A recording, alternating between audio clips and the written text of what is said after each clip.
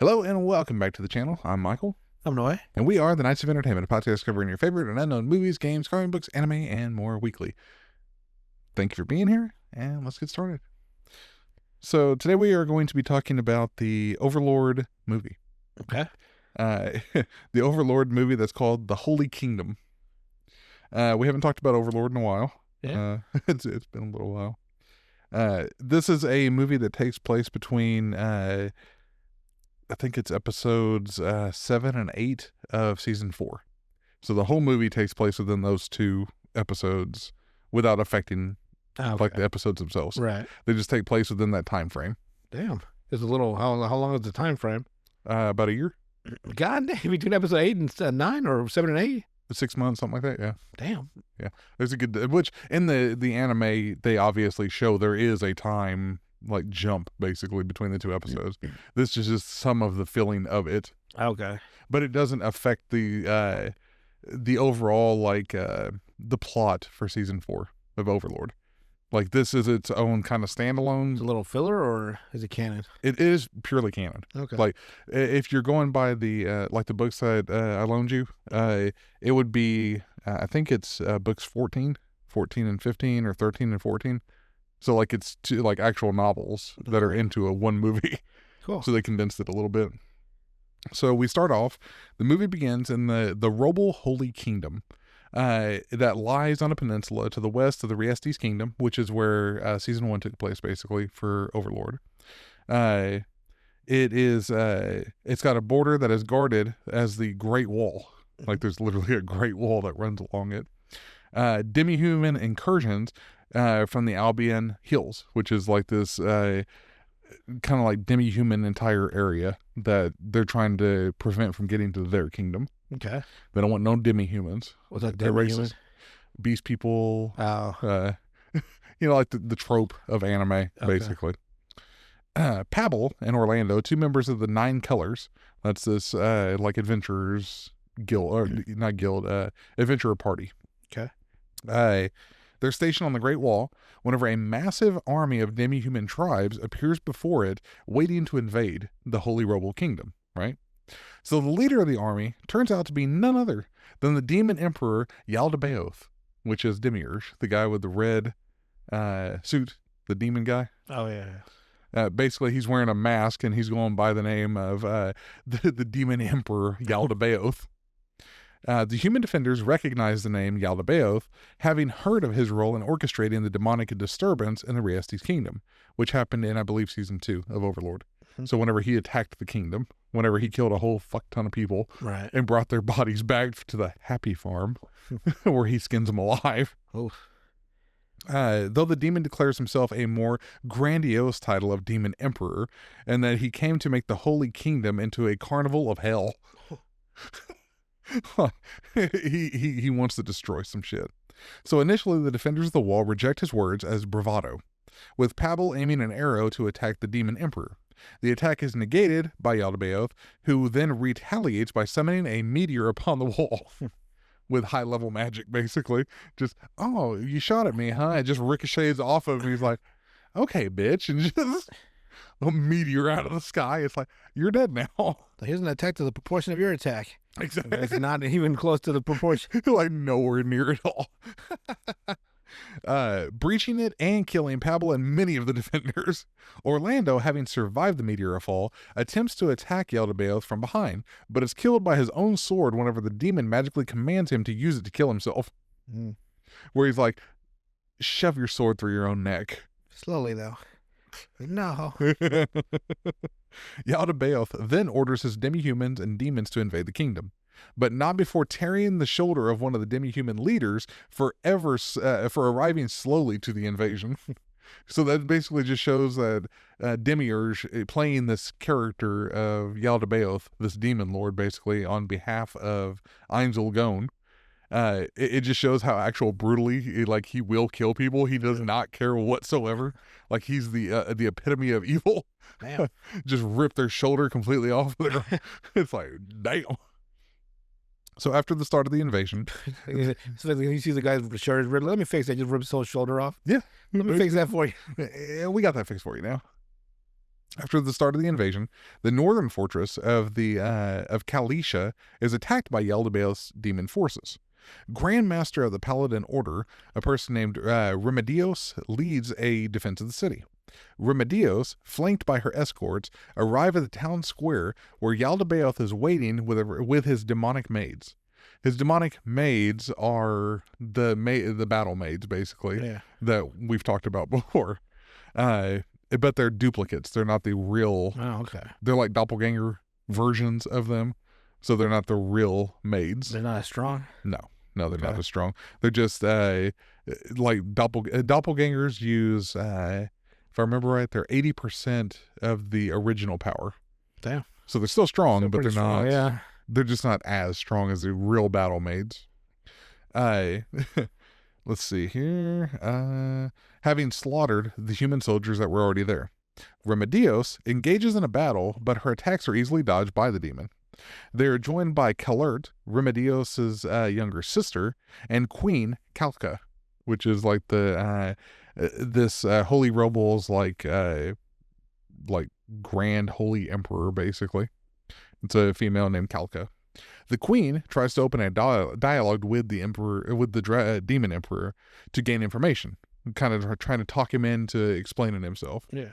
Of which Remedios tries to discourage her against due to her prejudice towards demi-humans and non-humans.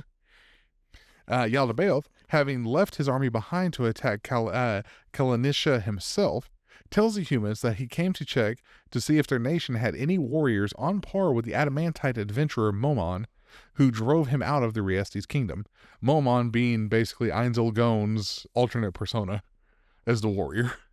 So he's like, it was a way for him to see if there was any other players. Well, this is Momonga, right?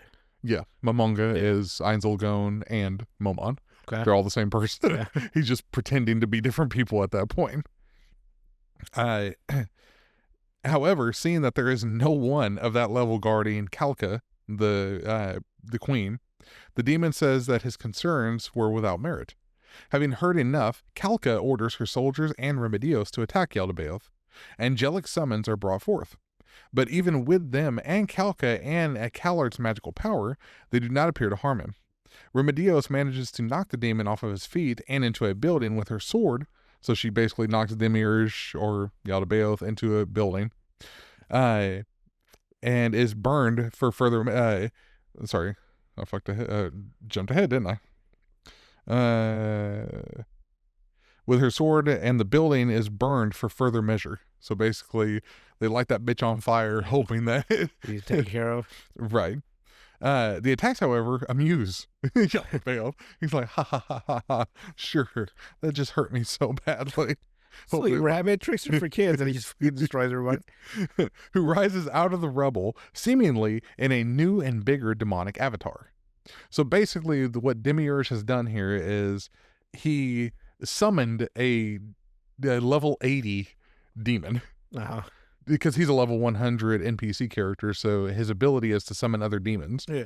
So what he does is he summons this level 80 demon that's like fucking gigantic to make it look like he transformed from his form into this gigantic demon that's still in this world way overpowered. So it doesn't matter if it was really him or not, it's still way overpowered. But he's doing it for dramatic effect, to where he's like, look at this fucking demon, where they're like, holy shit. You know, if that had happened around this time, like if that game was real, they call it the Diddy Demon. Or, you know what I mean? It'd be something. They'd come up with some kind of meme for it. The Diddy Demon. The demon proceeds to wipe out all the summoned angels and is impervious to Remedios' sword attacks now. Remedios, seeing the danger, orders Kalka and Kalert to escape. But the demon merely teleports, blocking the queen and her sister's escape. Because he uses greater teleportation, which is like a high-tier teleportation spell to go exactly right behind them. Damn. Sometime later, the demi-humans have overrun the northern part of the Holy Robo Kingdom. Desperate, Remedios and her aide, Gustav, lead a delegation to the Sorcerer Kingdom to convince the Momon of Darkness to come join the Holy Kingdom to fight Yaldabaoth. So basically they're going to Einzelgon's kingdom that he's established at this point to try to get that warrior's help that they don't realize is Einzelgon. Yeah. So accompanying them is a squire named Nia, the daughter of the late Pable, which was on that Great Wall originally. Sure, he's fine. He not fine. He got squashed by that meteor pretty badly. Like really badly. Like I miss him by that much. Who has she's in charge basically of guiding them on their journey because she has good eyesight, so she can see through like. Must be nice. That's aggressive. Anytime you bring up eyesight, you must be fucking nice, huh? But they say that she has hard eyes. Oh, you bitch. She's like squinting. Squinting like I can barely see shit. She's just making shit up as she goes. She can't really see shit. It'd be funny if she was blind as fuck. Give me the clairvoyance. The group comes across what appears to be a thick blanket of fog. The cause of the fog is unknown, so the delegation journeys. They journey cautiously through it, basically, because they don't want to just run into something because they don't know what the fuck is going on. Remember a story from Conan the Barbarian that said, like, I don't touch shit I don't know. That's a good thing. You don't touch shit you don't know. For a fucking dumb caveman. No touch. No touch. No touch. No touch. He's actually not as dumb as people think. Just no touch. No touch. So he's saying no, he doesn't know. No touch. But they all think he's saying no touch. No touch. Look at this dumb caveman. But he's actually saying a sentence. They fucking touch it and they get entangled in some fucking vine monster. So they continue down the road to the capital of the Sorcerer Kingdom whenever they are astonished to see a ghost ship sailing by in the fog. Oh, shit. That's basically what's causing the fog is the ghost ship. It's like ahead of its little like an area of effect. Yeah, basically. I guess this is a video game, yeah. Yeah. It's an AoE. Well, it's a new world, so it's not an actual video game, but... Is it still like game-based, like the mechanics? Some of the mechanics, but it's not an actual video game anymore. Oh, damn. This is an actual world at this point. It just has some of the game mechanics. Did they ever say how that happened yet? In the books, yes, it's been described. What happened? It was the Dragon Emperor that brought him there. Why? Nobody knows why he did, but he did. Who's the Dragon Emperor? The most powerful dragon in the entire world there. Damn. And he's apparently been bringing players from that game there throughout centuries. Centuries? How long has the game been around? I was like, Jumanji? Kind of. Jesus. But that's what brought these players to this new world. Is there more than just Momonga? Up into the books now? No. Still nobody else? There was before him, though.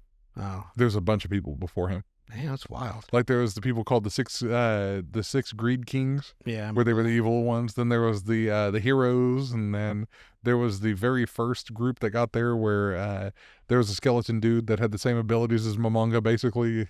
Yeah, that's weird. Able to fight. I wonder what it was. What was his name again, though? Can't remember. But one of the characters now in the story actually has his scythe. Oh, that's cool. So, what about the legendary Touch Me? No. The greatest player of all time, apparently. No. No. But that's why he has his name. Touch me. Touch me, bro. If you can. Can you touch me? What a lot of people don't realize either is Touch Me was an insectoid. It was? Yeah. So like the blue cocytus, the big old like gigantic looking fucking frost dude, like he's the same race as Touch Me. But Touch Me was like smaller. Like he wasn't as big. More compact, yeah. Yeah. But he was still an insectoid style. Because they were all heteromorph races. Yeah, they were all like some type of beast animal, right? Beast, undead, anything that was not human, elf, or dwarf. None of the basics, yeah. Yeah, the ones that most people would go for. So they see this ship sailing across. As it vanishes, they find themselves near the city of Irantel. Its gates flanked by two giant statues of the Sorcerer King, Ainzelgone. So they walk up and it's like, think like Lord of the Rings, those gigantic fucking... Oh, inside of the river? Yeah, but these are just statues of the entrance to the fucking gate, where each side has Ainzelgone on each side of it. So the Holy Kingdom delegations enter the city, and Remedios, this paladin basically, she makes it evident that she loathes coming to the Sorcerer Kingdom. Like, she's a bitch in this movie. Like, this motherfucking don't want to fucking be here. as it is ruled by what she perceives as a dreadful undead. Angel Cone. Yeah. Because he's undead, obviously. Yeah. Only her subordinate, Gustav, keeps her in check on focusing on the bigger picture of saving their nation. And it's like, don't fucking pay attention to this shit. We're here to fucking get Momon of Darkness to fucking come to our nation and help us. Like, don't fucking worry about these people, you dumbass. The paladins are greeted, though, by the Naga, Rarius, Spiena, Enduran. It's from the very first season, whenever we have Hamsky, the hamster that he caught, the wise king of the forest. There was also the serpent of the west, I believe, or serpent of the east. That's this Naga. It's the same character from the earlier So he's what, now a different creature? Like, he's the one that greets him. Oh. Like, now he's under Einzelgon's command. So the snake creature? Yeah. Damn. Where he's half snake, half human. Upper body's all human, lower body's all snake. Because he's a Naga. Naga. Yeah. Naga. Mystical creature? Mm-hmm. I think I've ever heard of him. In Japan, right? I think Greece. Greece? Nagas. Yeah. I think from Greece. Never heard of him. That's weird. I'll have to show you later. They've outdone their Greek mythology. You think we know everything. I know. They've done every fucking specific, the fucking Minotaurs. They've done Satyrs, death. The Medusas. Medusas, yeah. The Cyclops. Yeah. Mostly like, we've reused those things so many times. Every like, it's like just an overused genre. Yeah, it really is. But I've never heard of a Naga, which is surprising. Yeah. He informs them that the Sorcerer Kingdom is aware of their nation's situation, is willing to grant them an audience and the peculiarities of their city. It becomes apparent as the delegation witnesses a dragon flying in the sky and also the undead, like Death Knights, patrolling the grounds, basically. So, like, they see a dragon, they see Death Knights, it's like, what the fuck is going on here? At least they're loaded up and protected. Exactly. Not only that, in the market they also see a merchant and his rabbit men maid and a troop of goblins, members of various races, all living in peace, to the amazement of the paladins. So they're looking like, okay, this is ruled by an undead. You got beast people, you got humans. Like, what the fuck is going on here? At the mansion where the Sorcerer Kingdom the Sorcerer King dwells, the delegation are formally greeted by Albedo. The waifu. Oh, the wife, yeah. The one that he wrote loves him right before he got sent to that new place. Yes, the one that everybody goons over, yes. And are given an audience to Einzelgone. During the meeting with the undead, which occurred off-screen, Nia had directly addressed the Sorcerer King, apparently, in which she was able to convince the Sorcerer King to send out Momon to the Holy Kingdom in 2 years instead of 3. So she somehow talked him into sending Momon to their kingdom, though. But it was going to take 3 years. He'll do it in 2. That's a long time. Yeah. So, after the delegation retreated to an area reserved for them, Remedios, again, this paladin that she does not want to fucking be there, she starts berating Nia, saying, like, what the fuck is wrong with you to speak out of turn and stuff like that. Like, just going in on her the entire time. So, like, when Shaq got on Charles Barkley. Yeah, kind of. He was in, like, because it's supposed to be 1, 2, and 3 for when they talk in the little their TNT show. Mm-hmm. But it went 1, 2, and then ran back to 1. Like, one, but knock you the fuck out, motherfucker. It's supposed to be 1, 2, and 3, not 1, 2, back to 1. And it was so it's one of the funniest bits from their TNT show. But they're always talking shit to each other. Always fucking talking shit to each other. I'm surprised they canceled the show. So Nia, she is defended by Gustav, as he points out that thanks to Nia, they were able to reduce the time that the Holy Kingdom would have to wait to receive help. Regardless, the Grandmaster cannot allow an action, as Nia could have put all negotiations at risk by potentially offending the Sorcerer Kingdom. Like, she could have said something that fucked everything up, but she didn't. Even so, Nia believes it was worth the risk, offering to take responsibility with her life. Though her words are self-sacrifice, only infuriate the bracing Grandmaster more. Offering to take it with her life. That sounds like she's going to kill herself. Kind of, yeah. So that the way that person wrote it. Yeah. Offering to say that again. Offering to take responsibility with her life. Yeah, like she's gonna fucking she's gonna kill herself. Yeah. Dude, that's how he wrote it. That's what it sounds like. That's how it was written. That's how it was shown. Is she gonna die? No, not yet. That was a terrible way to phrase it then. So it's like she's making up for the responsibility. She's basically saying, I'll pay with my life if something goes wrong. Right, that's what she's saying, but it didn't write that well. So once Nia is dismissed from Remedios' presence, Gustav secretly praises her, telling her her efforts, while unappreciated by the leader, he recognizes what she had accomplished. Gustav hopes to negotiate with the Sorcerer King in another meeting. He explains the situation and the Holy Kingdom is dire and Remedios is burdened by its fate. So that he's saying that that's why she's so agitated. Oh. Even though she comes across as a bitch. Like, that's its own thing. Like, personality-wise, she's just a bitch. As far as for the other countries are aware of, the northern region of the kingdom is now being occupied by the Demon-Human Alliance, while the southern region remains free and safe. So basically, Yaldabaoth has only attacked the northern region so far. It's the only part that's been destroyed so far. Why is he attacking? Is he under Umanga's orders or? Somewhat. Okay. But it's partially just because he wants to. Oh. He's a demon. Well, damn. Like, he may be playing the Yaldabaoth demon emperor, but he's just like fucking evil to begin with, so it's fun for him. It's like he wants to cause the most pain he possibly can just for the fuck of it. So he's playing a different character, basically. Yes. So he's not playing Demiurge. Like, Right. he's not being himself. He's playing a character at this point. Basically he's playing the foil to Einzelgone. as a. He's wanted to be Einzelgone's greatest enemy. But he's his ally. Yes. So he's just playing a bit. Yes. Interesting. Yeah. Kind of like how he did in the Riestes Kingdom whenever he attacked it, but he had Momon of Darkness beat him. Like, it was just a game to him. It's not like he's doing it for the benefit Of his Ainz. Okay. But like where they met up in the Riestes Kingdom, like they met in one building. It's like, okay, so now what the fuck is the plan, Demiurge? Like, where they talk to each other before fake fighting again. Right. So Einzelgone is aware of it, but he's also like, damn, I can't control this motherfucker at all. yeah, kind of, because he doesn't know what the fuck's going on. Really. Yeah. So let's see here. And the queen and her forces maintain high morale despite the losses.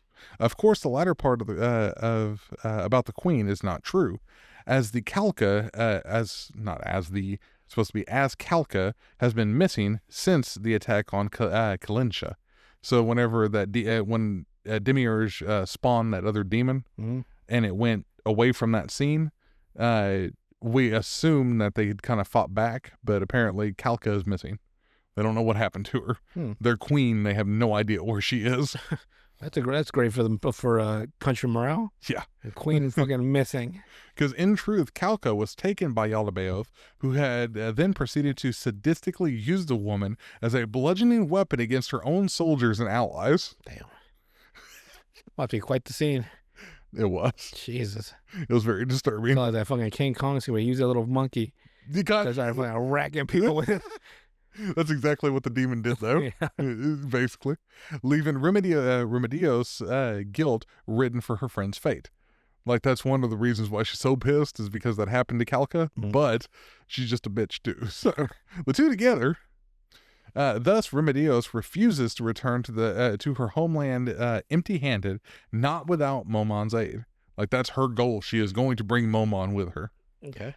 While grooming the horses at the stables, Nia is met by the Sorcerer King, who wishes to have a secret meeting with the Holy Kingdom delegation.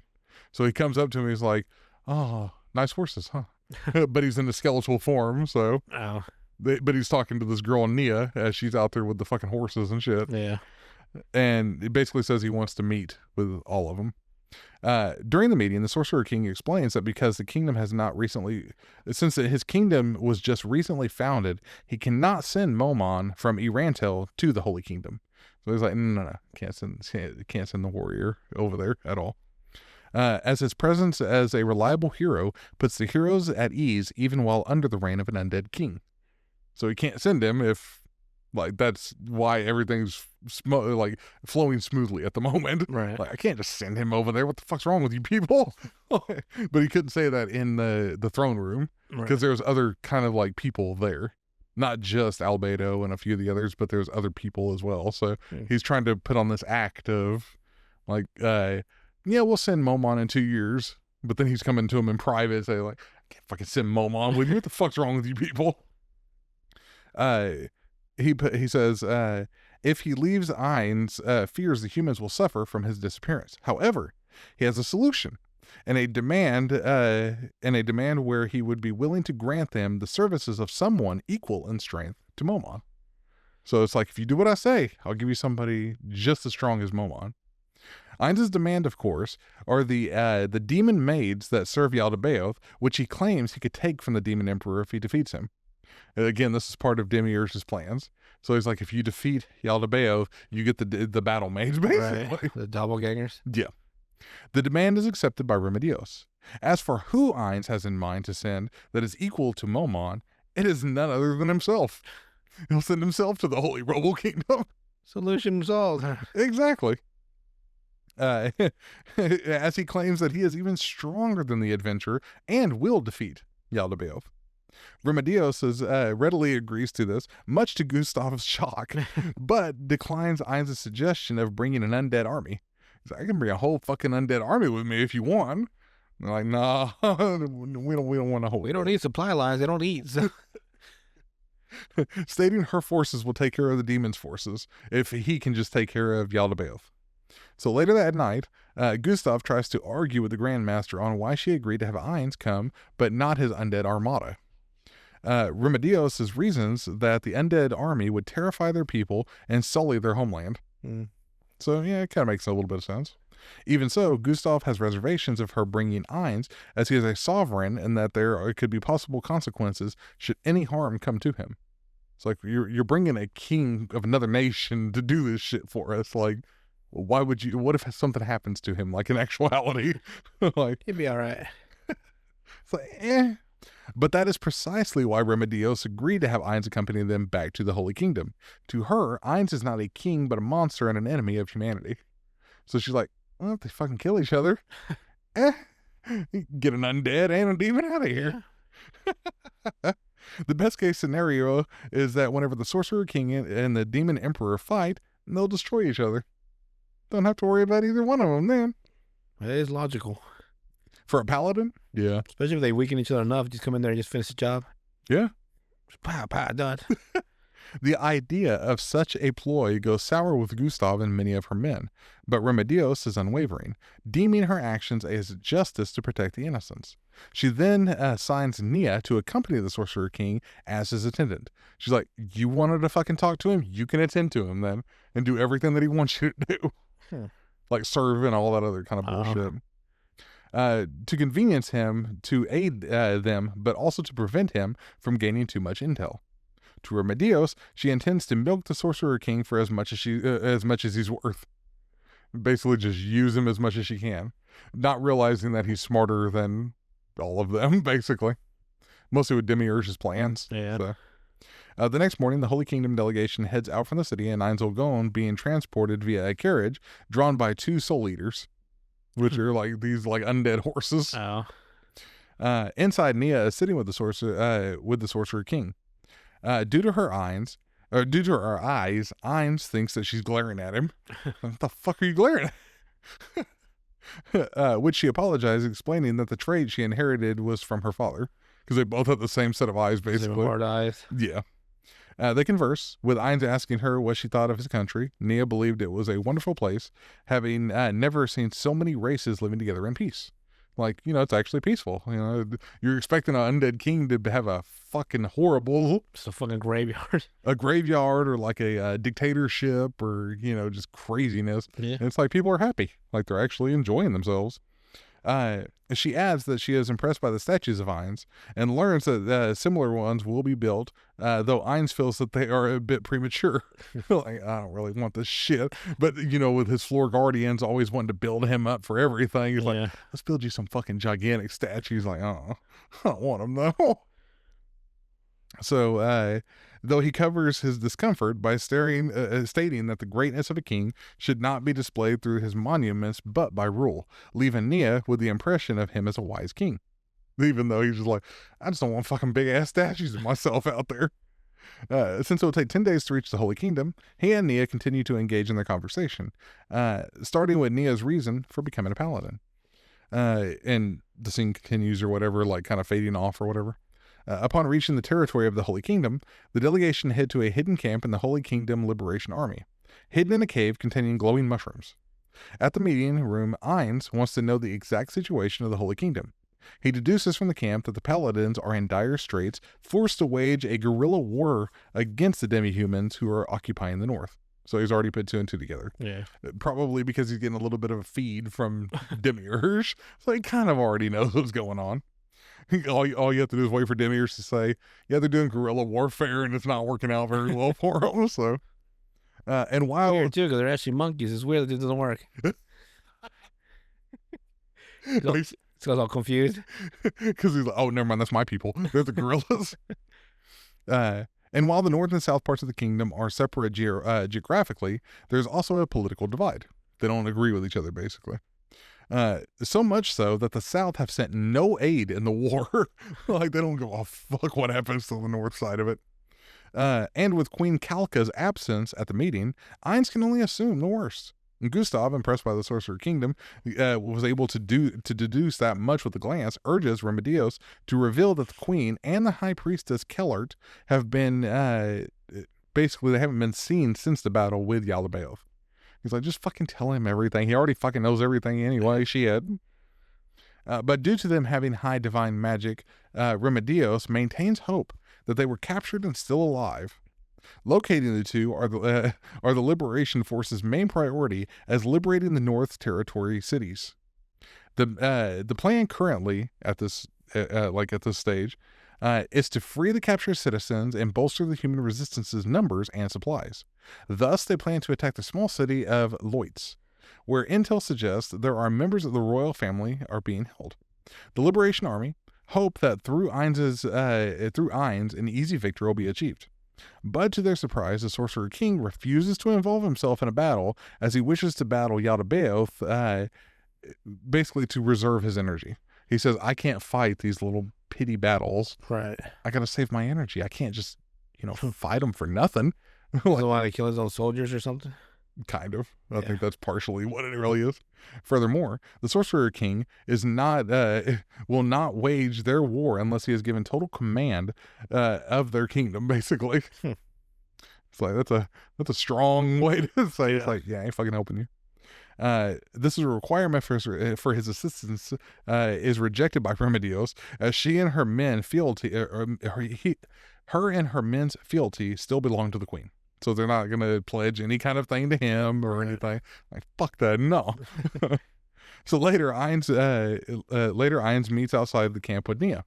Upon hearing how her father imparted his skill as a ranger to Nia, despite her wishing to be a paladin, Ainz bequeaths unto her the bow called the Ultimate Shooting Star Super. A nice fucking title, man. Yeah.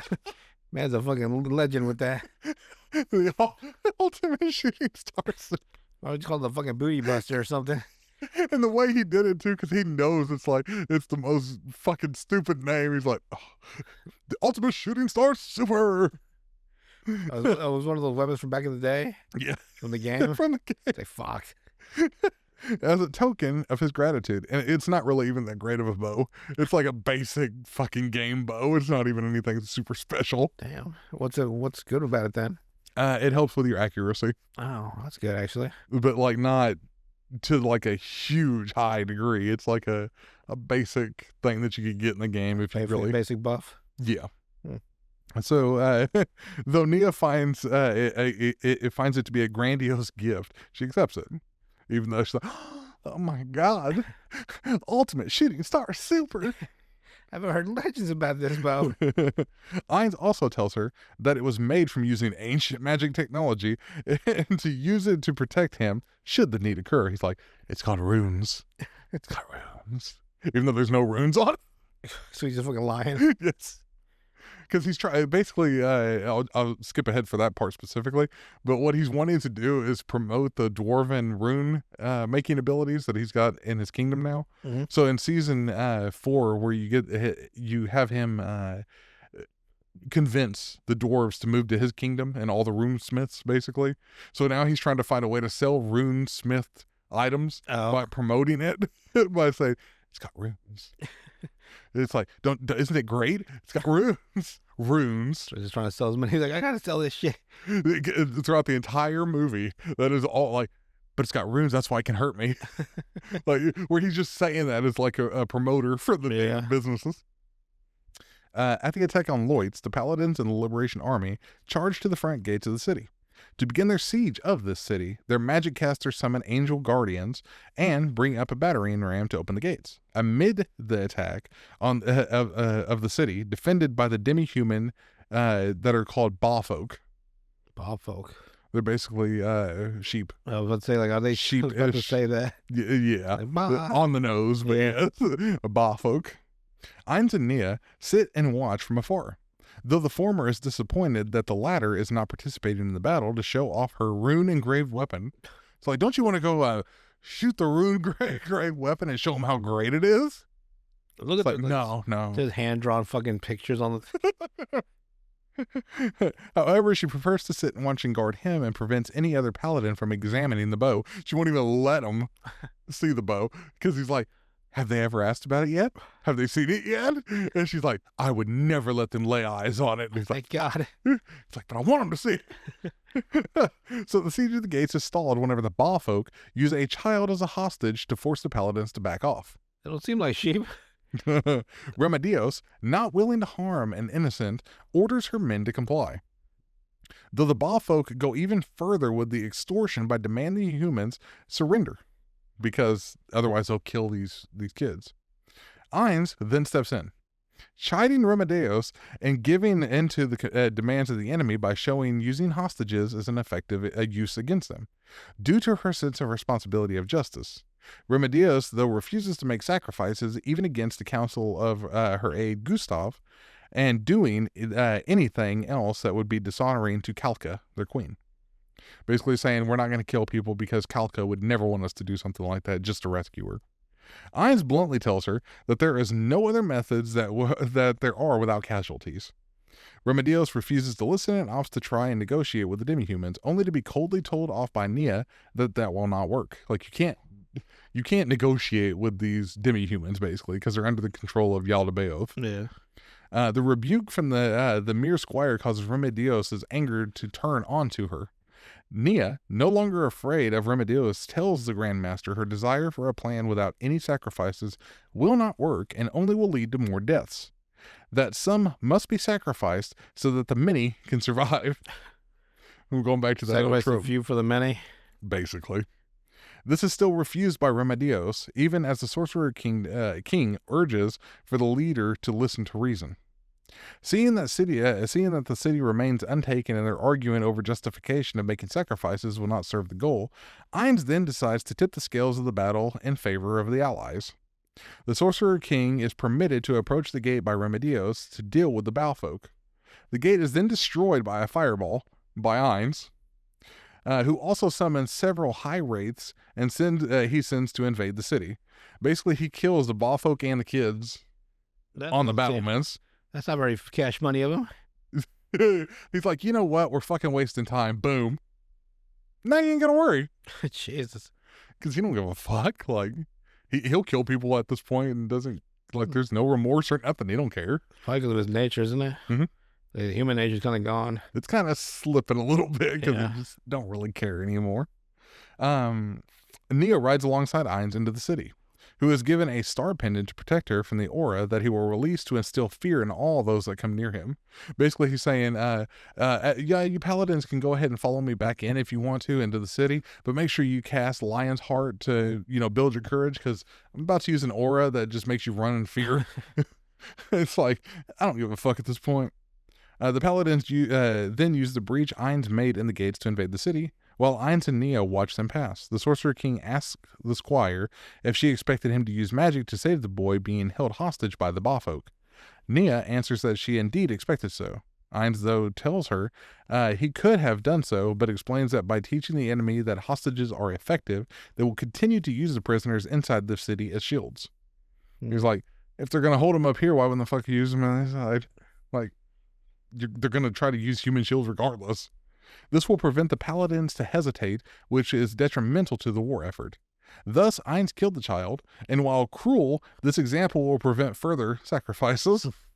He's like, I killed that kid. What are you gonna do now? You know what? Fuck that kid. Before entering Lloyd's, the undead, Ainz, bends to pick up the burned corpse of the child he just killed. While Nia offers to carry the boy for the Sorcerer King, Ainz insists on doing so, as it was his decision to kill him. The two then take the body aside the gates to have it cleaned as much as possible. Nia vows that the Ba folk will pay, and Ainz, while he is a foreign king in a foreign land, solemnly says that if the boy had been a citizen of his kingdom, it would have been the responsibility of him to protect him. But since it was not one of his citizens, he killed him. To which Nia sounds like, she says that he sounds like justice itself. It's like, you sound like justice. Although Ainz admits that there is no justice in his actions, only a wish for peaceful lives for himself and his children. He's got kids? Well, he calls his, the guardians and everybody in Nazarick, those are his children. Because they were basically the creation of all his friends and himself and stuff like this. So they're like his kids. But we'll finish the second half of this next week. Okay. Because it's got a lot more to it. Nice. So. How long is the movie? I think 2 hours.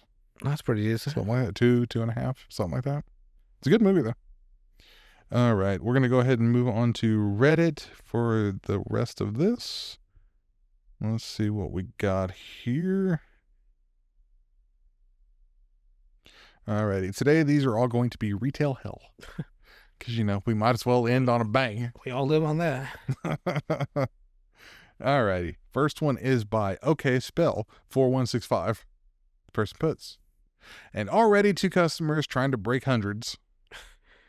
First one misinterpreted what I said whenever I told him we didn't take cash as my telling him he had to buy something. Went and grabbed the cheapest thing he could find, condoms. Ignored me again whenever I said we don't accept cash and instead read a sign, Minor Miracles, stating we had a $10 minimum. Ignoring the sign directly above it saying credit debit only. Grabbed 2 more boxes and came back up. Again, tell him we don't take cash. It finally registers with him, and he blows up at me for wasting his time by not telling him that in the first place as he storms out. On to customer number 2. I don't know any stores that don't take cash. Yeah, there's a few of them. California? There's a few in Dallas, too. Interesting.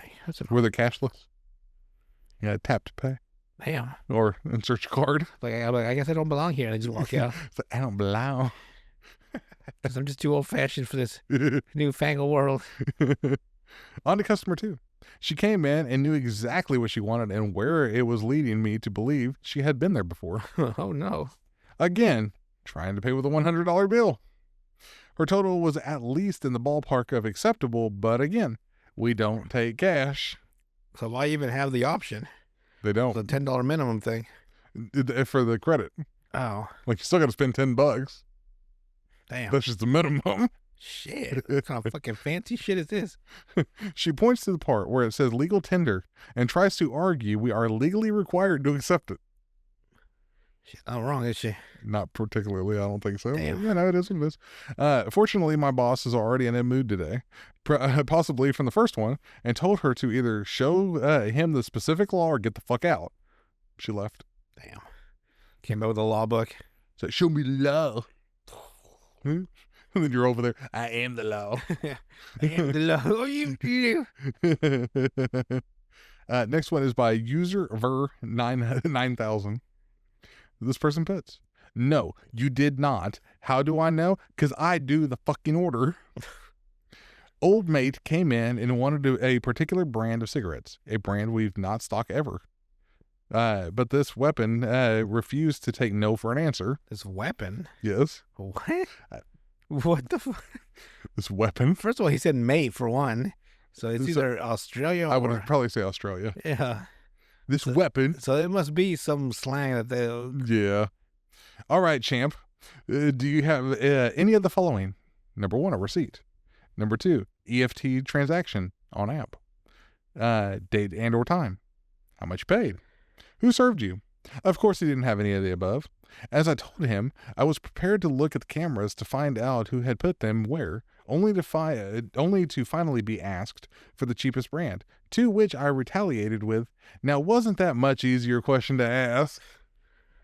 Dude ate humble pie, whilst I reminded him I work in retail. I can see through falsehoods a mile away. Sounds a little grandiose of things that did not happen today. One of the famous ones when they tell you like I've done it all the time in the store. Well, no, you didn't. This is the first time you've ever been here. It's like, I've never seen you before, but I see you all the time. It's like, so you're a stalker. So, yeah, although you watch me from the windows. It's like, I watch you peek through. That's all they say. Actually, I think we've had this person before. Beep, boop, human. I think we've actually had this person before. Huh. So I work in a liquor store. At the moment, we're doing a charity drive where you can purchase certain products and the proceeds go to a charity that helps out the homeless. Nice. I've had many conversations about the optics of this with customers, and to be fair, customers, and far be it from me to defend the decisions of a massive corporation. But when we fundraise, it tends to be for groups most affected by alcohol. In my opinion, better than nothing, I guess. Yeah. Despite these conversations, I've never had one quite like I did today.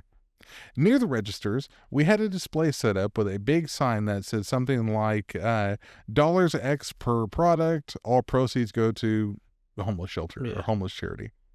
I was working on the floor and someone stomped up to me and said, "Whose initiative was this?" and pointed to the display. I wasn't sure what exactly she meant by the question, so I asked her to clarify. Who thought it would be a good idea to donate alcohol to homeless, violent people? Oh, she's a dumb one, huh? Note, nothing about violence was mentioned in the sign, obviously. That was her own bias and seasoning. Yeah. We're certainly not doing that. Well, explain this then. He grabs a fucking ball, just swings it over his head. Customers can buy the products and the proceeds raised go to charity. Her girlfriend, who was with her, said to her, "Well, you got that completely backwards then," and laughed. Damn, your girlfriend is dumb as hell, girl. Then she said, "Well, it's definitely not clear enough. I think you need to do a better job of explaining it." I politely It laughed. says proceeds go to. Right, but they already put that. Like, So I don't know what she's talking about. They're not gonna buy liquor and then just give it out. Like, just give liquor to the homeless people. yeah. That'd be some fucked up stuff, wouldn't it? Like, you know those stores where they like have you like pull out something from like the Operation Homefront stuff, Yeah, and then you buy an item and you throw it in a box. Is that what they're assuming? probably. You buy an item, you buy a bottle and you throw it in a Buy a box, bottle of vodka and throw it in there. We'll give it to the homeless people later. and they just come out and grab whatever they want.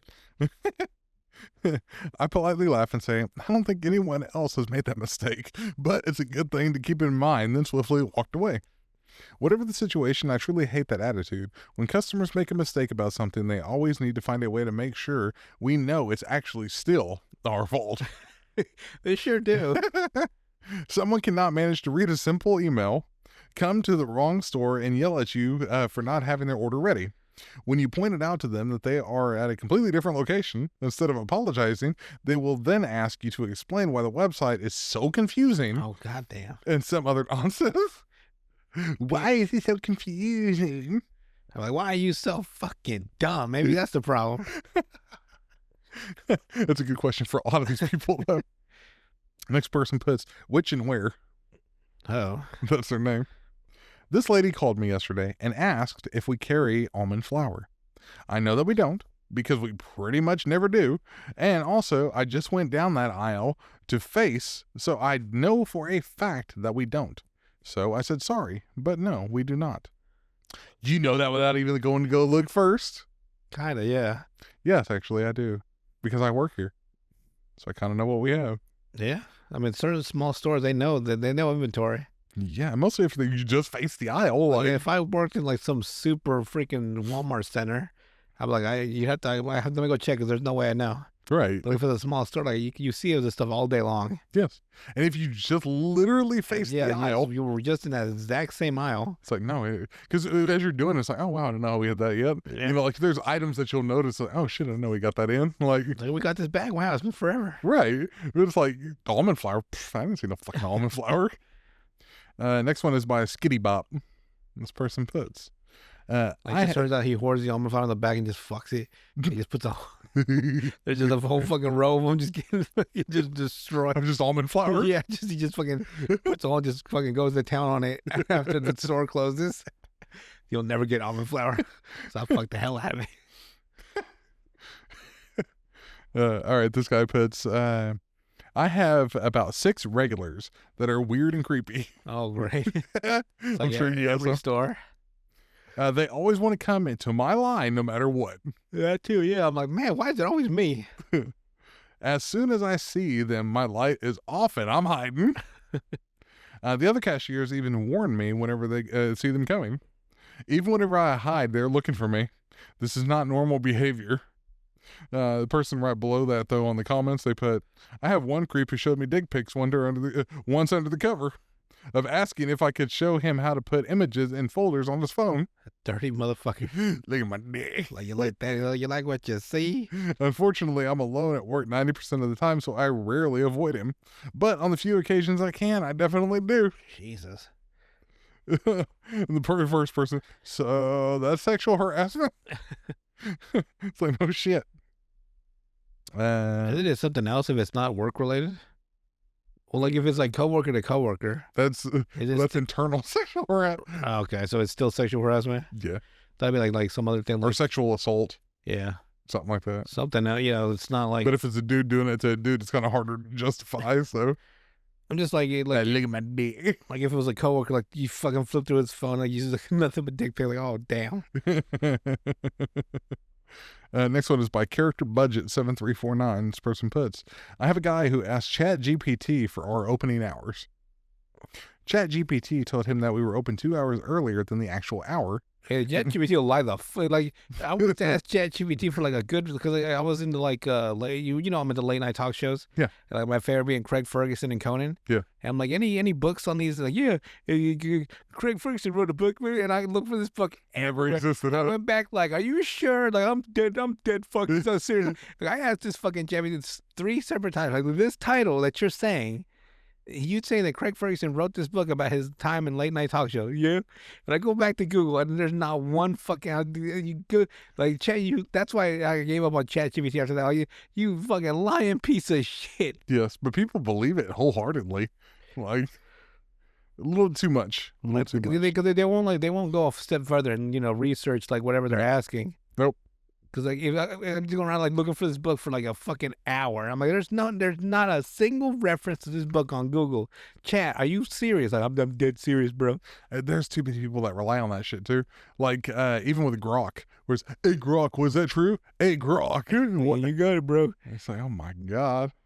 Let's see. So he comes in 2 hours earlier. To wait for him apparently. It's like, don't even fucking open. You can open up Google Maps and it'll tell you exactly when something opens. Shit, like just look at the sign at the front of the damn door. If they can read, I don't know those symbols. And ChatGPT told him that we opened 2 hours earlier than the actual hour, and he got mad at me for not respecting the opening hours as written on internet. I truly cannot drink enough coffee to deal with those people. And the first comment underneath that is, oh my God, yes. I sell trees for a living in a large landscaping supply tree farm plant nursery in California. I'm not a trained arborist or anything, but I've been doing this job for over a decade and I know my shit. I do all the emails for the company, so I put together online orders and answer questions, etc. Part of this is what I call diagnosis emails, my least favorite part of the job. Why is my tree dead? Give me another one for free. Why's my tree dead? Followed by a grainy up-close picture of a leaf and no other info. This kind of thing. Had a dude email in saying we needed to replace like 10 trees he bought for free. Each one was about $800 each. They didn't hear word that right. That he bought for free, so they gave it to him. Yeah. So he know what it was written really badly. Yes. That he bought for free. Yes.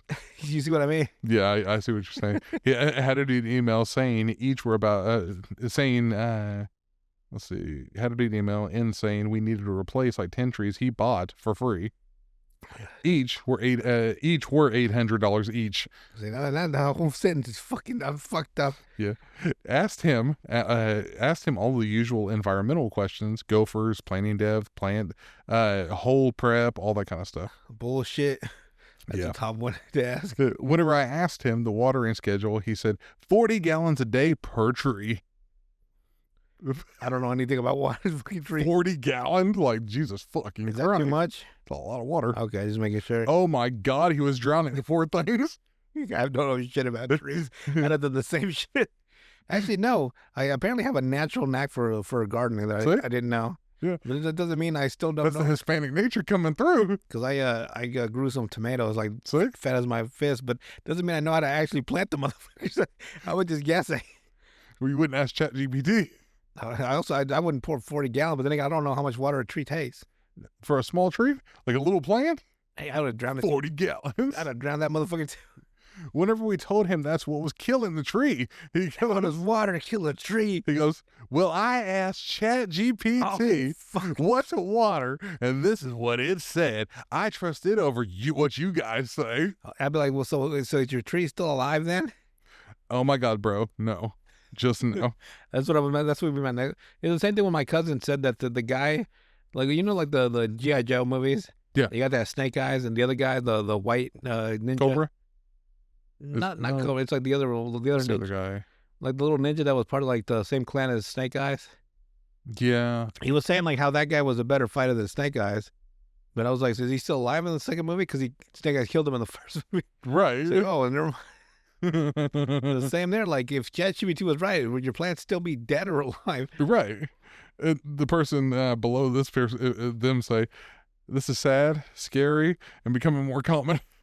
It's like, yeah, it is. Oh man, can you imagine the medical stuff they ask ChatGPT? Oh Lord, God. I could just imagine some of the stupidity that goes on. Imagine when your doctor pulls out his phone. Hey, ChatGPT. Oh, we're done here. And I just fucking walk in. It's like, stop. We're done. Take your finger out of my asshole. I'm leaving. It's like, but ChatGPT didn't tell me what to feel. Like the prostate, you dumb fuck. What else are you feeling my asshole for? Oh, I was going upwards. I was going to your mouth. Like he's just fucking like he's like 3 knuckles deep and he just hasn't found shit. All right, next one is by Brave Bumblebee 5944. This person puts, she asked if I knew if the suction cups were good suction cups for on a shower caddy. I told her I didn't know because I haven't used the product. There you go. It's easy peasy. This guy asked me like, you this ranch any good? I don't like ranch. Fair enough. She said, oh, well, yeah, you're young, so you don't know about stuff like this until you're older. And when you get married to a girl who cares about this kind of stuff. Ma'am, I'm 27 and I'm in a committed relationship with a man. I don't like, what the fuck do you mean? I'm so confused. Like, too young to know about I don't know about the product. Doesn't mean I don't know about suction cups. And the first comment is, I hate when customers expect you to know every single item front to back. Like, read the packaging, please. What you know, I know. Oh, yeah, like, what kind of batteries does this take? Bitch, I don't know. Let me see. Let me see the package. Yeah. Next one is by Massive Goat, 9582. This person puts, had a very drunk couple stumble in, and a cop walked in right up behind them. The couple grabbed a case of beer with the cop when the cop grabbed some energy drinks and got behind them in line. Naturally, I turned them down for the alcohol since they were too drunk to buy it. Okay. So it's like, okay. I'm guessing the cop has something to do with the story too, because Kind of. that you never put something in the story that doesn't. Unless it actually has an effect. Yeah, or there's a reason for it. Unless you're George R.R. Martin, you throw some shit in there that means nothing. It's called Chekhov's gun, apparently, or Chekhov's bomb. I can't remember which one. I think it's Chekhov's gun. They then tried to bribe me with $50 and got really mad whenever I turned them down again. But seeing as the cop was right fucking behind him. The guy then said, what if I just beat your ass and take it? And I said that would be a really bad idea. He then asked me, why was that? And so I told him to turn around. When he saw the cop, he decided it was in his best interest to fuck off. The cop and I had a good laugh after he left, though. It's like... Luckily, the cop didn't step in until it was like something would have actually happened. First comment, when a cop follows someone in, you know it's going to be interesting. Poor guy just wanted his Red Bull. Yeah, he's like, I said, God damn it. And then right below that, once when working at a liquor store, a drunk guy came in specifically followed by a cop. It was definitely interesting. Like trying to keep an eye on him. Yeah, it's like, what the fuck are you doing? Get more alcohol? I remember we had this crazy woman screaming at the top of her lungs. I think I told you the story. Outside of our store because we had to kick her out. Mhm. She pissed all over our floor. It's like, well, you're banned. No, you didn't tell me that story. Get out, ma'am. That's the sad part. Get out. I did. No, you did not. So eventually, she would just stand outside the door, just screaming at the top of her lungs, just like random shit, just screaming. And finally, we called the cops, and they showed up. And at first, he said like they told me like we have to keep calling them to keep coming over, so because they have to keep making it like a nuisance call or something. Yeah. So, but then they sent some like observer to watch her. And like I'm trying to tell you, I keep going now. I had to go outside 3 times. Like, could you please step away from our door? Because she's just standing by the edge. They always love to stand right at our door. And she's like, just go somewhere else. You've been banned. Stop begging for money. Just go somewhere else. And like I looked at the end of the sidewalk, and there's a guy with a clipboard just writing stuff down. And I go back in, and then I see an ambulance come in, and I see him just drag her in. And I'm like, God dang. It's like, yeah, she needs to go. And we hadn't seen her in months and months and months. And lo and behold, a couple of days ago, she comes rolling back around, still banned, of course. Yeah. But now she's like, she's not screaming as much. So maybe they're using medication on her or something. I don't know. I would assume so. But I'm like, why can't they just like? I've had one that I've kicked out 3 times. Like I've told you, like for the 3rd time, I was like, I said, don't come back in the store. But then I did the emphasis, like, don't come, like I need you to actually understand what. Not, don't hear me. Just you need to understand. Like, do not come back in the store. And he's like, because this asshole busted out the emergency door. He's the one that I told you about. Yeah. And he still tries to break in. Or not break in, but walk in secretly. Like, oh, I'm so sneaky. It's like, I see your ass. I know what you're doing. And then this other guy I had to like we had already thrown him out for stealing electronics, and he was at the door, opening door for people, so see if he gets some change or something. Yeah. And I'm like, all right, stop grabbing a door and get out. You're making people uncomfortable. He said, why are you making it so awkward, bro? That's my best friend. That's such a friend. You don't even know that woman. It was one of those little Hispanic women that doesn't speak English. Yeah. I can already tell. Like, she doesn't know you. You don't know her. Like, you're just making it so awkward. I'll make it more awkward if I call the cops. Get out of here. And he leaves, but he leaves like because he was at the door, right? Just dancing and drinking freaking Sunny D and acting like bending over, acting weird. Like you can tell he was high on something. Yeah. So I'm like, all right, you need to fucking go. And like it's constant. I mean, like, dude, just fuck off, please. The other day, this guy was like, him and like I know they steal all the time, like and he never leaves his back at the. Like I tell him to leave the backpack at the front or leave. He always leaves, and she always leaves her backpack at the front. And like they were coming and going again. I said we caught him stealing, so I can't kick him out. And he was coming out, and he had one of our old kitchen knives, and he was like picking his nails with it. No. And I'm like, oh, nice knife. Like, it's supposed to scare the shit out of me or something. Like, I don't want to take this fucking hammer. It's fucking swinging on you. And I'm like, oh, thank you. And I've had a guy with a samurai sword come in, like, you like my samurai sword? Shh. This is to defend myself. I'm like, awesome. It's like, yeah, every fucking weirdo in whatever radius we live in, they all get fucking sucked in. It's like the epicenter. It's like the fucking, like a black hole. They all get fucking, like an orbit. I'm just like, man, can you, like, we're just trying to do a decent store with decent people, and you guys act weird all the time for no reason. Yeah. And you guys, you put this on yourselves. If you just buy your stuff and go, you'd be okay. But you guys act weird. You walk around mumbling to yourselves. You're always trying to sneak some shit in your pockets. Like, what do you expect me to do? You get kicked out. So don't stand by the doors. Stop trying to help people open the door. They don't need your help. Stop panhandling. That's also no soliciting outside the store. But man, it's constant. Like, all I want to do is come to work, do my job, and go home. Not constantly fight with random people. I fought with more people in the span of a couple of years than my whole fucking life. Yeah, it is true. And everyone expects you to fucking just stand. They expect you to run in, jump in front and take a fucking bullet for them. Is what customers expect from you. It's like, no. I'm like, what? And you expect me to do what, ma'am?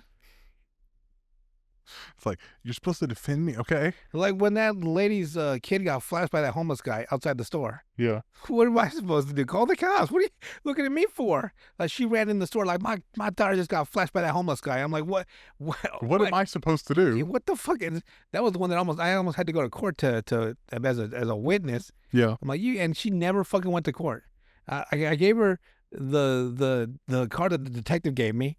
because they were looking for him because they needed more evidence or whatever. Yeah. Because he got caught later on, like a couple of days later, at another place flashing some little girl, and they actually caught him this time. Yeah. And I ended up having to go to court as a witness. What is it? What are they called? Like a witness statement or some shit. I don't know. I remember. Yeah. The detective called me like 8 times, asking me like the same questions, trying to see if I changed my story, see if I was reliable. Yeah. Because the people forget shit all the time. But I'm like, you almost like I don't want to go to court. I don't want to wear a suit and go. You know what I mean? Like I don't want to hold my whole day because of you. And you didn't even fucking try to go to like you never talked. But you're the one that wanted the cops out. That's what I'm saying. Like what the fuck, lady? And when I called the cops, the lady fucking dipped with her kid. Like so, what the fuck what was the point then? You made a whole fucking drama. Right. Your daughter's fucking scarred, and like she's fucking crying her eyes out, and you just fucking dip when I call the police. You fucking bitch. That's how it always is, though. That's how these people are. So damn it, customers. Here's a rule. If some shit happens outside the store, that's your fucking problem. These people are stupid, though. Very, very stupid.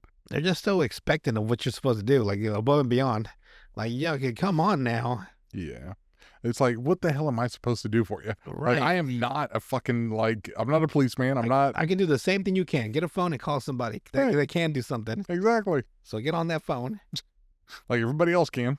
Like I go outside and fight a homeless person for you? What the fuck for? No. Just because you bought some stuff at the store. You're at the parking lot and I'm supposed to come out there. This one lady once asked me, I'm sitting at the register, right? And I can't see anything because there's all this stuff in front of the windows. Yeah. And she's like, so what's up with that car outside? And I'm like, what car? Because there was a truck outside with a bunch of fucking like junk. Yeah. And she thought maybe they're going around stealing or something. Oh my God. I'm like, how the fuck should I know? What the fuck are you asking me? Like, I was legit like upset that like what am I supposed to tell you? Like what's a car parked in a parking lot? What's that got to do with me in a fucking shopping center? That's not just one business, but multiple businesses. But you fucking choose Dollar Tree to always be like the one place you fucking go to. It's like I'm not paying that much attention to the people outside, so That's life. like I'm focused on my work right now. I'm trying to. Right. Next one is by Vernal Bug 8922 or 8911. I was gonna say 8922. Jumped a whole number. I had probably the weirdest encounter I've had with a rude customer. I was shopping where I work on my day off because my mom was going on a trip and I was picking out some clothing for her because I know what she likes and her sizes. This customer approaches me and says, "Excuse, I was wondering if you could help me find my husband some pants." I obviously wasn't wearing my name tag or lanyard. Our store pretty regularly gets repeat customers, and I guess this one recognized me. So I told her, "I'm sorry, but I'm not working right now. It's my day off." And she kept asking me, "Oh, it'll be really quickly. I need some help picking out some pants for my husband, but I can't find the right material." Oh, no problem. I make $18 an hour, so let me see the cash. At this point, I was dumbfounded, like, "Lady, I'm not working. It's my day off, and I'm busy finding my own things I need," I told her. Remember the time that I had lunch and I was like walking toward the back to take my lunch break, and they said, "I need help with something." And I'm like, "Oh, I'm kind of on lunch break." She was almost like upset, like, you people eat? You're not fucking robots? You're not just, mini old people that... You're not just there for my own fucking amusement and Exactly.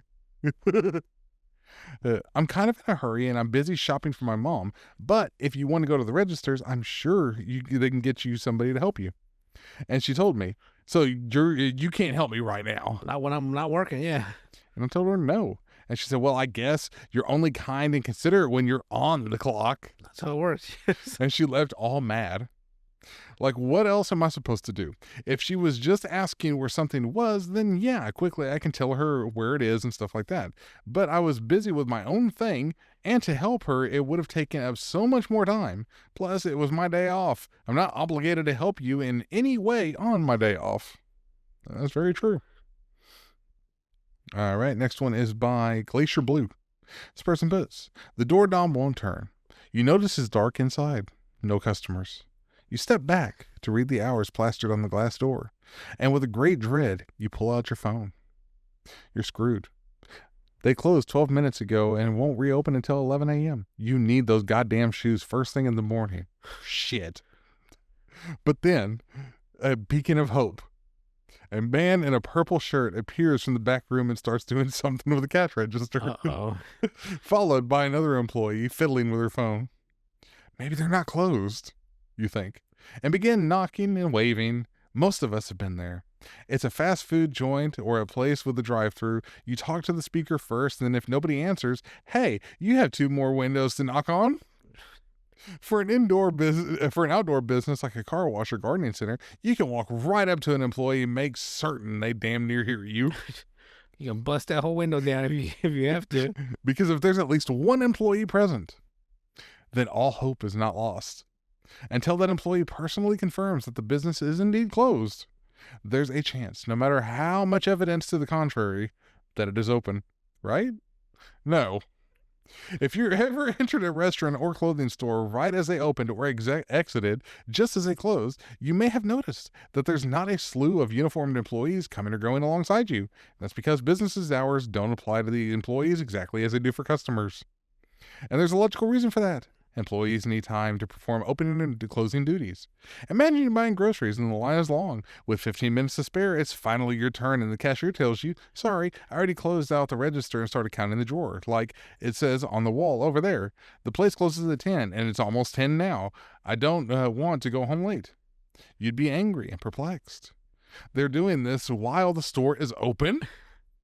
What's the point of being open if customers can't buy anything during that time? And that's what I'm trying to drive home with this post. Opening and closing duties are, for all intents and purposes, universal across retail businesses. So if it's 8:36 on a Friday and the website says the store closes at 8:30 on Fridays and the gate is shut, the door is locked, the lights are off, and there's a close sign on the window. But you see a person walking to and fro. That's all the assurance you need. That's already several layers of assurance. They are closed. They may or may not be, there may or may not be an employee visible somewhere, but that doesn't matter. Because it's closed. Yes, some places may give shoppers extra time to finish up, during which they may even leave the entrance unlocked and allow some last-minute shoppers to trickle inside. But if the door is locked, the door's locked. God dang way. We gotta stay open extra minutes. The fact that you see someone inside is not a reason to suspect that the door is locked accidentally or that it is a late April Fool's joke. And yes, some cool owners or managers may do an off-the-book sale or open just for you if you ask. Off-the-book sale? But just be aware, if you are asking for, be aware of what you're asking for, and that you may be interrupting them in the middle of an opening or closing task. Thanks for reading my rant.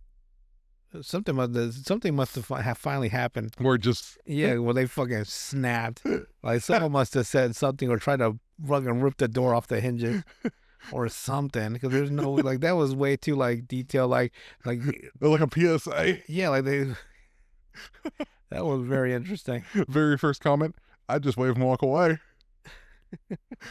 Like just short and sweet. Because like they will literally they would put their head up against the glass like this with their hand over their eyes, like, or like above their eyes where they're looking like they're blocking the sun out. Yeah. And they'll look inside like there's employees all over the place, but it'd be like 30 minutes till we open. They can't understand that there's pre-opening stuff to do. Yes. So that when we open, we're not like running around getting ready.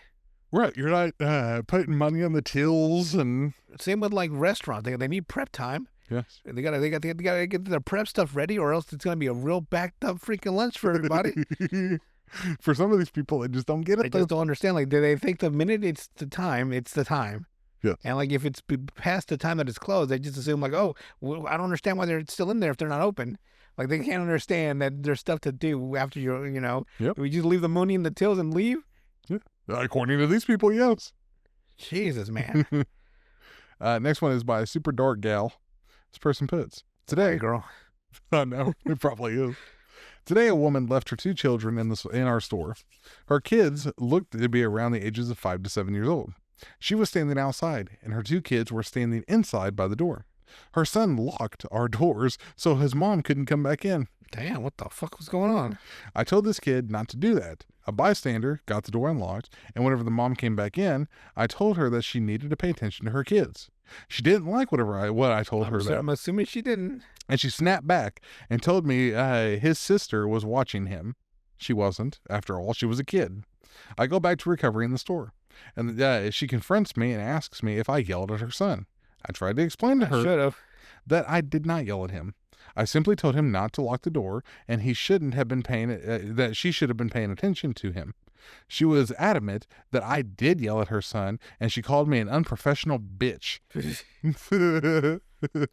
I told her again that I didn't yell at her son, and she should have been watching her kids, and her son should not have been locking our doors. She told me again that his sister was watching him, and that she fucking watched him lock the door, bitch. 'Cause she didn't do shit about it.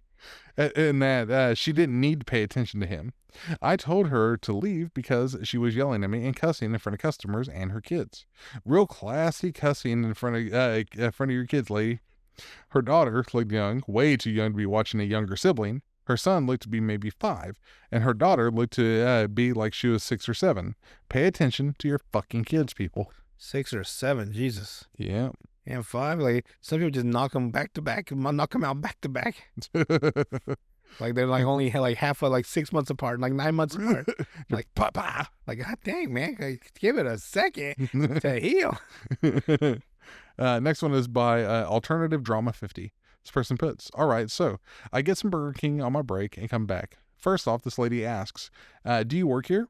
Whenever I literally have the fucking jacket with the company's name on it.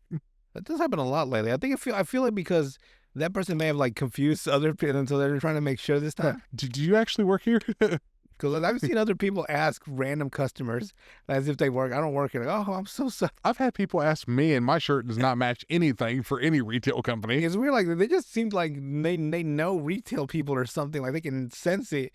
That's why you know what my uniform looks like. It does not fit any fucking retail whatsoever. I've been plastered as big as fuck. Been to Walmart. I'm like, excuse me, can you open something? I don't work here. Well, huh?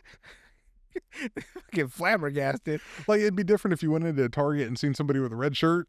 Like they all let them wear whatever kind of red shirt they want as long as they're red. Right. So there's at least some legitimacy in asking that. Or even Walmart. Walmart, they just wear a vest, so you could work there or not. Who knows? I guess that's true. Yeah, there's regular clothes and a vest. But certain companies, like say AutoZone, for example, has a uniform. They do.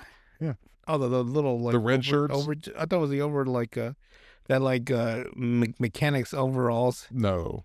Because my brain thought that would be interesting actually. They just wear polo shirts, red polo shirts that say AutoZone on them. Oh, well, you're right. Yeah. Think about something else. Or like a UPS driver or something. You know what I mean? Like certain uniforms. Even an Amazon driver has like the little vest too. Yeah, but they just wear regular clothes too. Oh yeah. Just a vest. But the vest means everything. The special vest. All they wear is nothing but a vest. And deliver it like that. It's like, well, I got the vest on. You didn't say nothing about the other clothes. Dick just fucking swing him back and forth. So, ever seen a man run? It's an interesting thing with their butt. That shit just fucking jumps all to and fro. Sometimes they get in a certain spot where like they run like opposite of the balls and the dick who's in like counterclockwise, so they're both just going separate ways. You've seen these videos too much, haven't you? Well, we all have to have hobbies. Almost wanted to say no. So I said yes. And he's like, that guy over there needs help.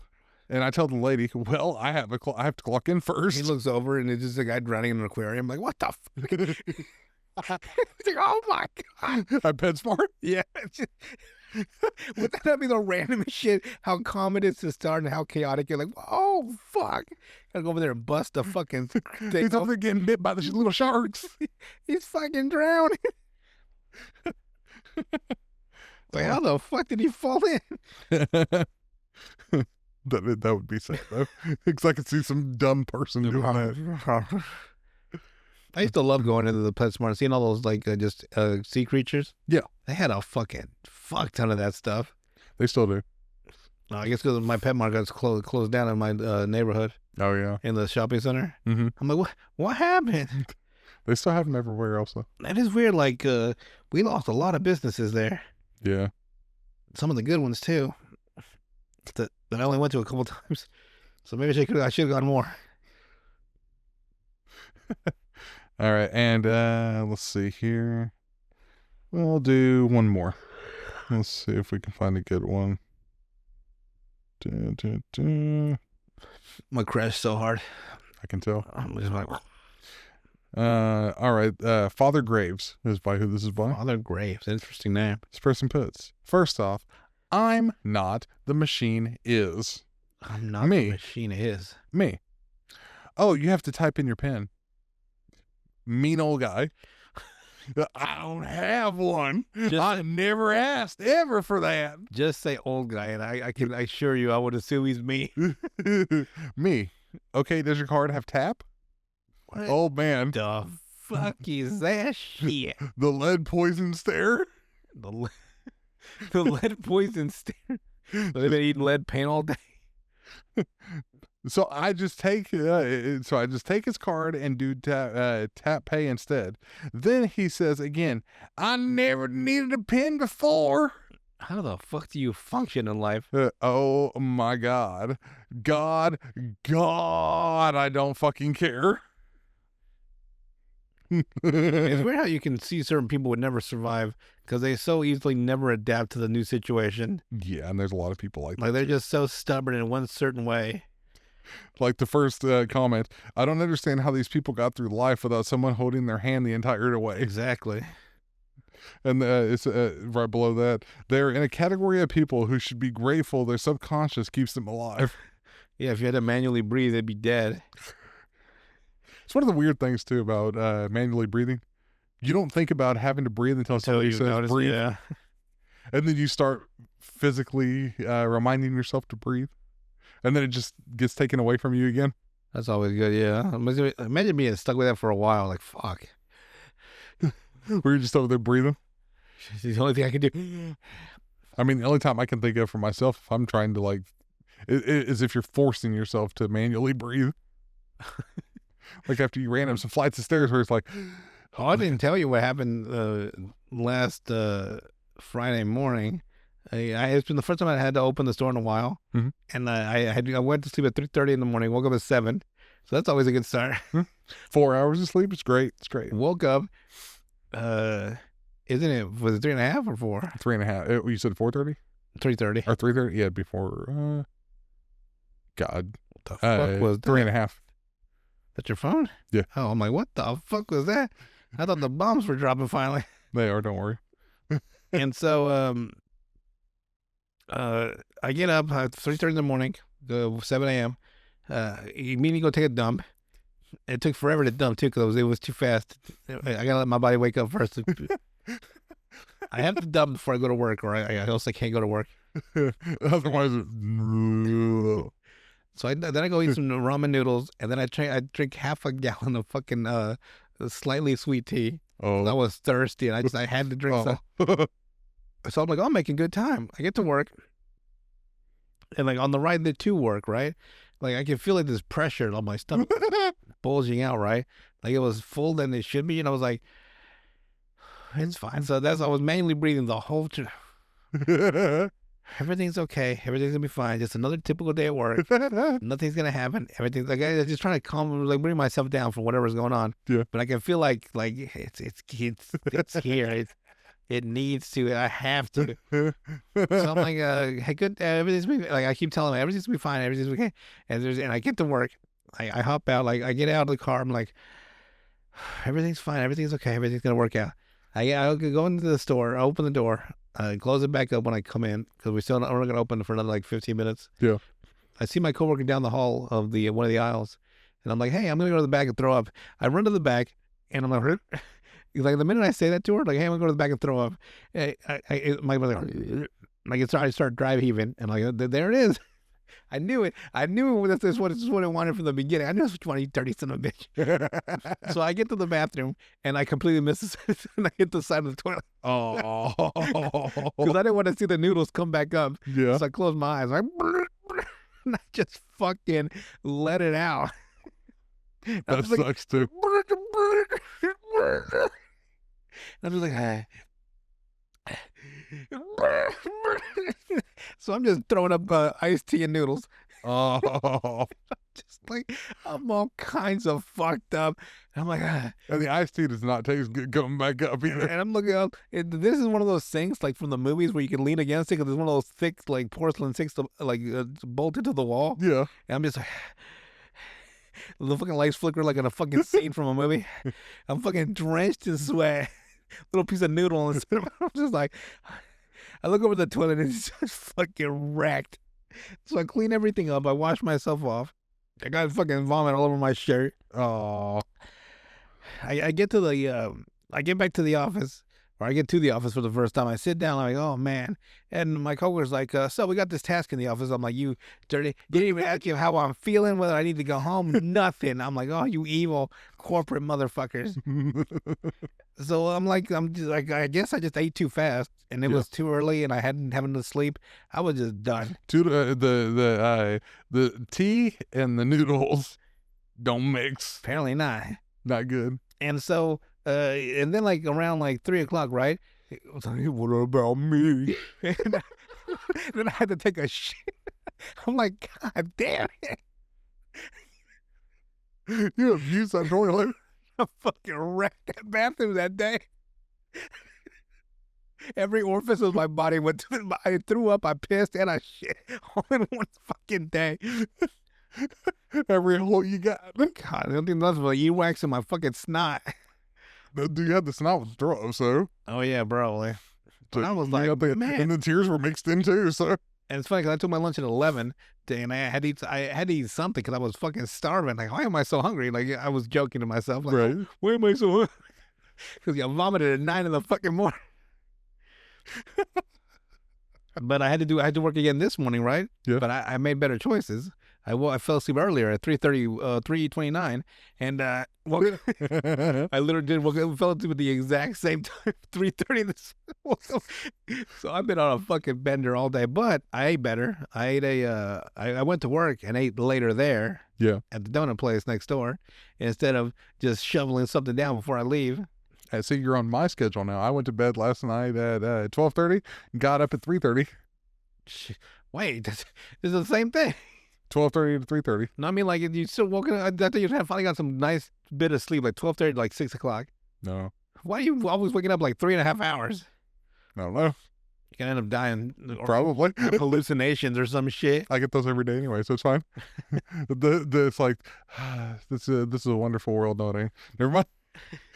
But man, it was such a fucking day, and I'm glad today that I stayed a little bit, and man, that fucking shit. Because I ate some oranges Oh, with like some tahini at like 10 o'clock last night, and I knew I couldn't leave. Here's how I planned it, right? I actually, like, I knew it was the last thing I ate, right? So until that came out, I knew I couldn't leave the house because I didn't want to shit at the store again. right. Because the toilet's so high, I'm always dangling on the edge. Dangling. So I'm like, when I see these oranges come out, because you can tell the orange shit is like, you can see like, you'll see pieces of undigested oranges. And I'm like, when this goes out, that's the last of my food. So I won't have to go to the bathroom in the store because I'm a genius that way. And so I'm like, I take a dump, right? And it was a lot. So I'm like, I guess that's it. And then like, it gets like 10 minutes before I have to leave for work. And I was like, like, oh, there's the oranges. And I sit there, yep, that was the orange. It's like, we're going to rewind this shit. So, because the oranges come out different than anything else. Real loose, nothing solid. No fiber. So I dump out the oranges. I'm like, done and done. And I go to work, and great day today. No throw up, no nothing. No problems today. Today. Tomorrow, who knows? But I got 2 days off coming up. I only work, and I'm going to do a little hopscotch. Work one, off one, work one, off one. That'll be fun. Yay. Plus, they're all closing, so I don't have to wake up early. That's nice. Going to trade? I got to get up early. On Wednesday, I'm going to go to fucking Vintage Stock and buy a PS3 because they got Blu-ray player. Yeah. And I get to play the old God of War games that don't work on the PS5 and PS4. See, I got to try to figure out how you get a disc out of a PlayStation 4. What did you do? What did you do to my PS4? Not that one. Different PS4. What did you do to that PS4? I was trying to watch The Blacklist What on happened? DVD. What happened? Didn't want to come out after the first 3 episodes. What is it? One of the, is it like the old one that is it the one that I gave you? Like, does it do like the slim that slides out? Like, don't they all slide out actually? No. This is the one where it pushes in, pushes out on its own. Like, there's no tray. Yeah, like I think they're all like that. Come to think of it, although I can't remember actually. Was the original PS4s have a tray or no? I think about the PS3 maybe, because the PS3 Slim is a slide top, Yes. and the original PS3 was a slide in. Yeah. I guess the Xbox was the only tray out, Like an actual tray. because the PS consoles, I guess, realized that the trays were more dangerous and they break easier, Mm-hmm. so they stopped with the PS3. It was always a slide in or the top slide. Yes. So I don't think they've ever had a tray anymore. I don't think so. They do. Ever since the PS2 fat. Mm-hmm. Damn, that's wild. Yeah. They're like, we don't need that shit. And then PS5, we don't need any of that shit. Like, we don't need no discs. And looking back now, like, yeah, you do. Damn it. Yeah. I actually regret not having a disc one. Oh, do you? Yeah. I'm like, damn it, I can get a nice DVD out of nowhere, like for a movie that you haven't seen. And Oh, that's why you're wanting a PlayStation 3. yeah. Just for the Yeah, that's what I Blu-ray wanted player. for. Plus, all the games on the PS4 are basically on the PS5. Yeah. So there's nothing to play there that'll be different. But there's the original 6 God of War games are only on the PS3. Not all of them. Like, I think God of War 3 and 2 are on the PS5 as like a remaster. Mhm. But like the really old ones that you can't play anywhere else, like Ascension, Yeah. they're only on the PS3. Hmm. But I really just need a DVD player with a Blu-ray as well. Yeah. I bought some pornography. I bought some stuff. I don't want nothing special. See, mine was just a Blacklist. But yeah, because I want to do the whole like looking at like commentaries and stuff. Yeah. So I'm gonna drop my streaming services for a couple of months. No, they'll still be there if I ever want to go back. Yeah. Like, welcome back. You left. Welcome. We'll see you later. Give us our fucking $100. Basically, yeah. And I mean, I'll keep Netflix because I had my friend on that. Her and her sister. For her birthday, I gave her Netflix as like an additional guest. Mhm. Like, they raised the price of $30. So that's like $34.99 or $34.98. Oh, Or is it 33? Yeah, $33.98. So it's basically $35. so no, I was paying like $25 before I canceled it. So Plus, I gotta watch Squid Games. That came out. I gotta finish that up. Yeah, but I get a PS3 at Vintage Stock on Wednesday. They're only like $119. cheap. Well, maybe I could be wrong because I bought a 360 that was like $119 with like a special case with like the Gears of War. I'm like, I don't like Gears of War, but okay. Because I tried to buy a fucking PS2, remember? And that shit didn't work. So they gave me another one. That shit didn't work. Then they wanted to blame me because the button wouldn't, like, how am I supposed to, the power button doesn't work? How's that my fucking fault? So like, it's like, what do you have? Like, we got a Xbox 360, same price as the PS2. I'm like, wait a minute, why? Wouldn't it be less or be more for the 360 or less for the PS2 and Xbox? Because it's a higher console, but I guess I'm the idiot. But if it's anything under like $120, $130, it's a steal for a PS5 Slim or PS3 Slim. Plus, it's just a Blu-ray player, so that's all I need it for. Yeah. And then I can just watch my porn, not my porn, but all right, yes, I bought some pornography. Yes, it's Blu-ray. Sue me. He wanted the physical discs. And some classic softcore movies. Not the 2B versions. Not the ones that are like 20 minutes long, because like they cut out everything out. I'm like, wait, everything's gone. It's like just a horrible story. Like, it's the blandest fucking, like, this fucking plot sucks. If only there was a way to like add something spicy so that you can get over the plot. The acting is just god awful. Some of them are, yeah. Some of them are actually okay. Really? Well, for softcore, it's more acting than than just like straight. So there has to be a little bit of higher quality. Yeah. But like with hardcore, it's just like, hi, my name is Ted, or my name is Betty. Well, it's fuck, okay. It's basically Just out of nowhere. like the most boring, fucking blandest plot. Yeah, definitely. But yeah, I want to get into like commentary, or no, special features. It's gonna be my niche. Like, I have ADHD, so it's gonna be my obsession for the next 3 months. Yeah. It'll be for 2 weeks, but Yeah. don't worry. I'll bring over the extended cut of Lord of the Rings. Extended cut. Mm-hmm. Lord. Yeah, That's a lot. the 3-hour one, or sorry, 4-hour ones. Yes. The one where you learn the whole process of Gandalf coming back. Wait, that wasn't in the original? No, it was. Okay. I was trying to make a joke I about thought it. like he came back to life and all that. Yeah. On that mountaintop and all that shit. I was like, God dang. He fucking butt ass naked for some reason. Mm-hmm. That's why he woke up like that. Oh God, My butt cheeks are freezing. it's cold stone. Yeah, how do you end up on the fucking top of the mountain if they fell to the fucking bottom? He was revived, Oh. brought back to Earth. Because he wasn't allowed to die yet, right? Yes. Interesting. Yeah. Plus, Because he's technically like an angel. they gave him the powers of Saruman, right? Yes. Because Saruman corrupted himself. Yes. Ain't that some shit? Mm-hmm. It's like now there's 2 whites. Then they have that goofy ass fucking fight in the first one Yeah. where they have him spinning around the. I never forget because I'm looking like I feel like there should have been more. You know, when I'm watching, I'm like, where's all the special effects or something? They're just fucking throwing each other. It's the same thing what happened with Star Wars. Like in the original, you never really saw any like actual special effects during the Force abilities. Yeah. And then like the Force Awakens, and like you see like anytime like they Force stop, there's like they're like you see the vibration, the tensing. Like you see all the effects that they cause during like the Force abilities. Yeah. It's interesting. It's a little added layer to like seeing the. It's the same with the hockey stuff in One Piece. You're not actually supposed to be able to see it, Right. because they need to differentiate it in a fight scene. They always color it different. Mm-hmm. Like they always make the hands like black from like the armament hockey. Mm-hmm. But you're not actually supposed to be able to see any of it. So it's always interesting. It is weird. When they add special effects to have that adds a layer to some ability, because like It's like a visual cue. yeah, like, especially like with the Hobbit where they had that battle with Saruman was in the fight with the elf too. Mm-hmm. They were fighting those like Sauron's like legion or something. Yeah, like they had all those and when the Gandalf was fighting too, they finally added some effects to his abilities were way more interesting. and where what's her name, Galadriel? Yeah. Where she went crazy. Yeah, and she fucking threw him with like a fucking 10 miles away, or like 10,000 miles away or some shit. Yeah. That was a great scene because you can see like the actual magical abilities being used. Yeah.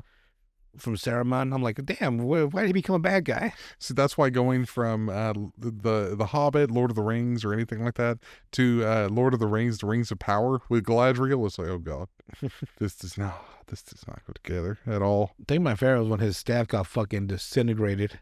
Gandalf was like, he met the Witch King. Yeah. It turned out to be Sauron.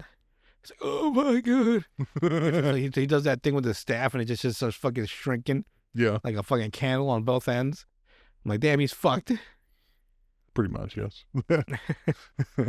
But yeah, that's be my niche for the next little bit. Look forward to Especially I gotta find the Armageddon one with Ben Affleck's famous commentary. That'll be hilarious, though. Because apparently his people asked him about that more than his acting career. Really? That's how iconic the commentary is. Good Lord. Like it must be something special because he must have been fucking just ragging on the whole movie. It didn't even try it. Yeah, because he thought like, oh, you just had to be honest. Yeah. That's all I could do was just be as honest as I could be. He didn't know he had to be more like Professional. yeah, courteous and stuff. He's just fucking tearing down this movie. After he was just in it. I would too. Like they already paid me. Fuck this movie. If I ever become an actor, you know what my goal is? Is to have the highest number of nude scenes of any actor in the mainstream film. I seen that coming. The winner is right now, I think, Monica Bellucci. She has 53 nude scenes across her career. I'm gonna go for 60. All on the same You're movie. gonna see this dick a lot. Just butt cheeks flapping in the wind, huh? I don't think I can make my butt cheeks clap. I'll try. Yeah, so that's it, I guess, for us. Cool. Anything else to add before we head out tonight? What's the blacklist? You don't know what the blacklist is?